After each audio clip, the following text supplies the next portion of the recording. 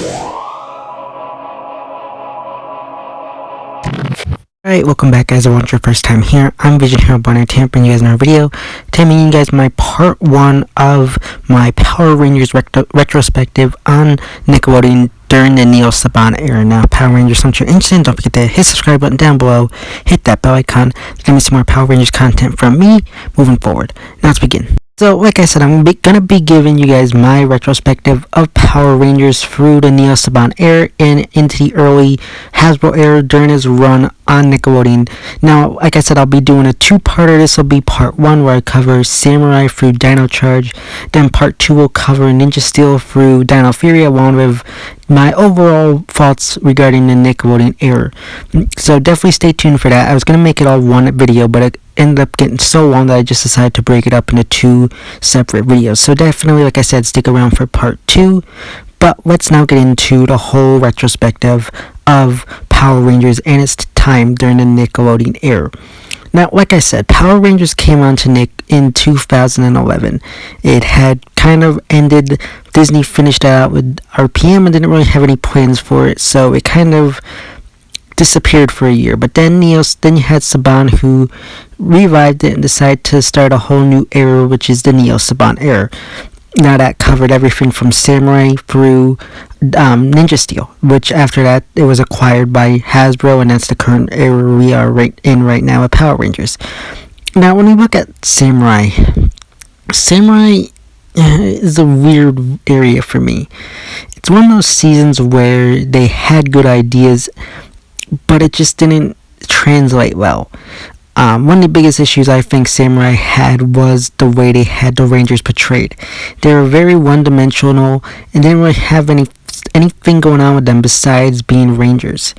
If you look at any other season of Power Rangers, they have things outside their lives besides just being Rangers. But what Samurai did was give them all this thing where their duty to be Rangers was above anything else in their life, pretty much. Kevin had to quit swimming to become a Ranger, and you had Emily, who had to leave her home and move to the city. And there were a lot of good aspects in there where you could have had some interesting things. You could have shown Kevin trying to juggle being a Ranger and being on the swim team. You could have shown Emily assimilating from being on the country to moving to a big city. There were a lot of good things that they could have done. They just never actually did anything with them. I mean, Kevin swimming comes up once during the super season and then never comes up again. You had Emily kind of have stuff be brought up regarding her family, but again, it doesn't really do anything. It doesn't really go anywhere. You got Mia's bad cooking kind of joke that just went on way too long and just wasn't funny after a while. Then you had Mike, who was just kind of, he was just meh there. You had Jaden, who was pretty much perfect, so they didn't really need him much to change or evolve. And the rest of the Rangers, like I said, they didn't do anything with them, so there was no need for them to kind of go through any mentorship. Plus you had Mentor G, who's probably one of the worst mentors of the entire series. So that just also hindered Samurai as well. Then you got the villains, who just all around were just meh and bland. I mean, the motivation was pretty interesting about, flooding the earth with the Sanzu River.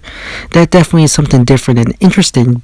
But you had Xandred, who never actually fought the Rangers or showed up to confront the Rangers until the mid-season finale, it was around the mid-season finale, I think, for Super Megaforce or Super Samurai. I didn't have him confront them until around then, at which point it was too late. Like, he just sat around, and I don't know, it just felt like they just had potential there. They just didn't go anywhere. Decker felt more interesting and more of a character that I was more interested in. Now, I feel like they might have been able to, adapted it from Shinkinger. Maybe do something where Decker is more of a leader, similar to what they have done with, like, say, Master Org, where you had Xandred in the background trying to regain health, but you had Decker, who's mainly leading the group. I think that would have been an interesting way to go about it, plus have engagement. But they didn't go that route. It was just a mess season all around for Samurai. You had Bulk and Spike paying homage to Bulk and Skull from MMPR. They are a lot better than Victor and Monty and Ben and Betty, who I'll talk about in part 2. And one of the things that helped them is they weren't as big and prominent as, those comedy duos were. They definitely dragged away from the story, but there wasn't much there that really was interesting or I cared about. Then you have Antonio. Now, Antonio was cool. It had his, him being a fisherman. He had a relationship with Jaden. They were childhood friends.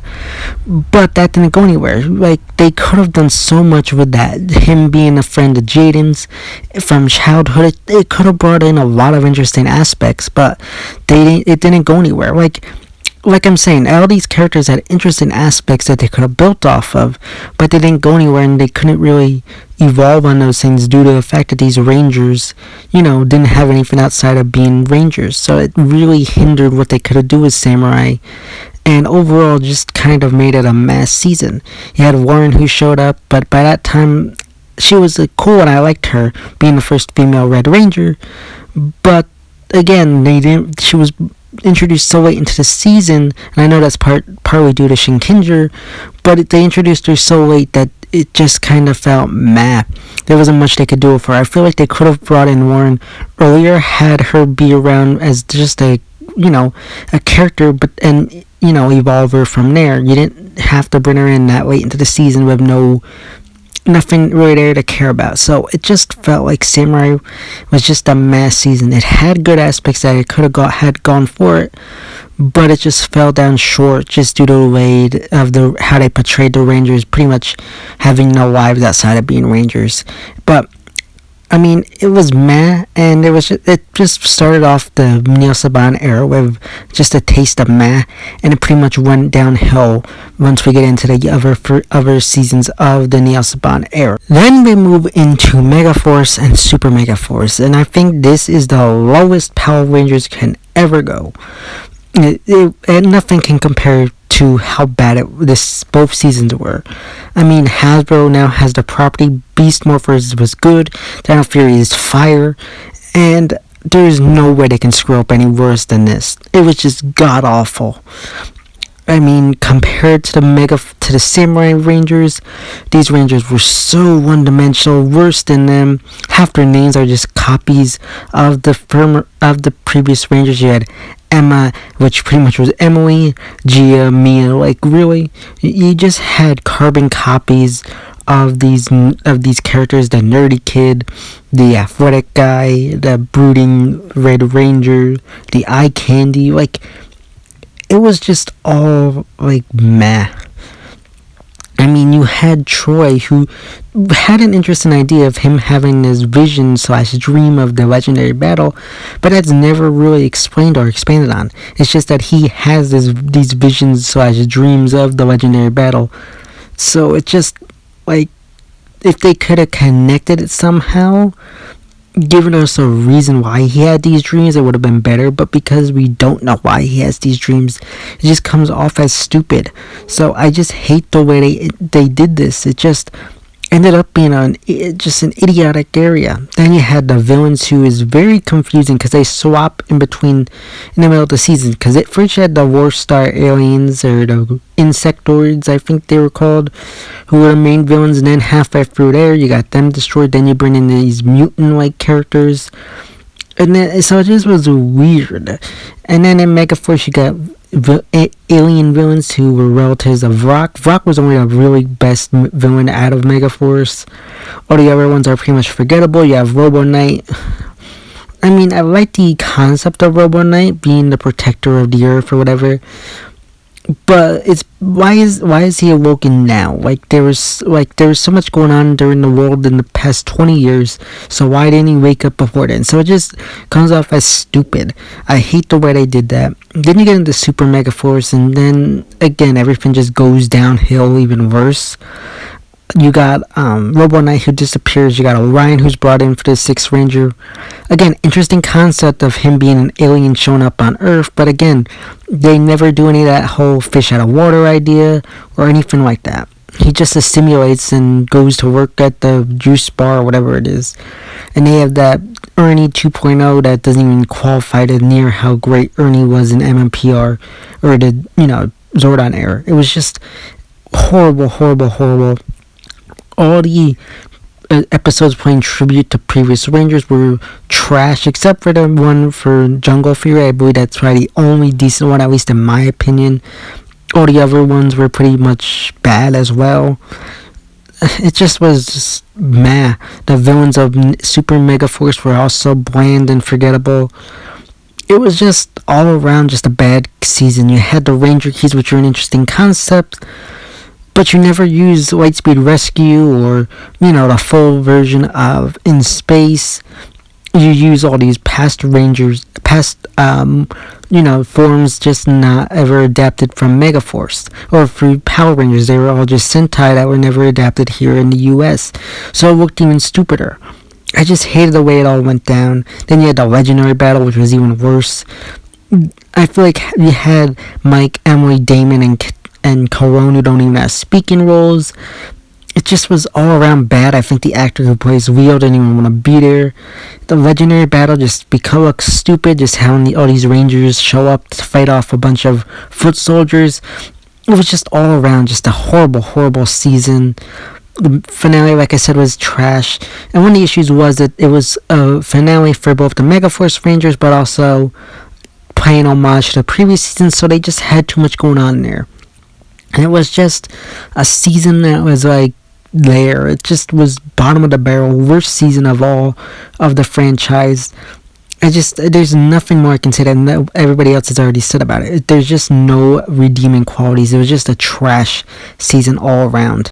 Now, last for this part of the retrospective, for part 1, we'll be talking about Dino Charge. Now, Dino Charge is a weird season, because Dino Charge Season 1 was good, but Supercharge was bad. Now, one of the things that was good is we finally got into Rangers actually having lives and things outside of just being Rangers. And actual focuses on things and Rangers actually being something different than we had gotten for the past 8 years. We had a fun, outgoing Red Ranger. You had this caveman Blue Ranger. You had this, Knight from Xandar with the Gold Ranger. All these Rangers who were different. You had Shelby and Tyler slowly making a relationship throughout the seasons. You had some great stuff with Shelby and Kendall, with their relationship throughout the season. You had Ivan. You had the introduction of some other Rangers with the Graphite Ranger and everything. Then it all goes downhill with Dino Supercharge. Now, one of the biggest things I think that failed Dino Supercharge is the fact that Dino Charge ended with them having 8 out of the 10 Energems. So Dino Supercharge ended up just being a bunch of filler. At least in my opinion, it was just a bunch of filler, which really hindered it. You had the Xanowin arc with, at the end, the Dino Supercharge, which is decent, but the rest of the season was pretty much fillery. There was nothing else really going on there. I think if they had bookended Season 1 with maybe finding 7 out of the 10 Energems, you could have had a good second season where they're trying to find the last 3. But it just hurt. It just really hurt, because then you just had to find the Aqua Ranger and the Silver Ranger. I think if you had ended with finding the Graphite Energem, then you started off the Dino Supercharge in finding the Purple Energem, then the Aqua Energem, and then you end it with the Xenowin arc with the Silver Energem. I think that would have been better and worked out better for the season. But since you already had 8 out of 10, it just felt more of like a fillery season with Dino Supercharge. Like I said, Dino Charge was decent. You had good return to form, but it all goes out the window with Dino Charge. You had, a really bad season finale for Dino Supercharge with this whole time travel thing and bringing the dinosaurs back to life. The finale was really badly rushed. You had no final showdown between Ivan and Fury. It just wasn't a good season for Dino Supercharge. Like I said, Dino Charge was good, all the Rangers for the most part was good. Riley was probably my most weakest one. Also don't like the actor after some things I've heard regarding him. So there are just some things that I really like Dino Charge, but Supercharge hinder it. If both seasons were one season, then it would have been a probably mixed one for me.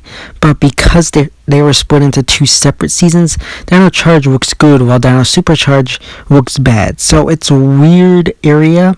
They finally gave these Rangers things outside of just being Rangers, having them work in the museum, and you had good character episodes on these Rangers, and each Ranger had their own character episodes compared to, say, Megaforce, where you don't know anything about Gia or Jake.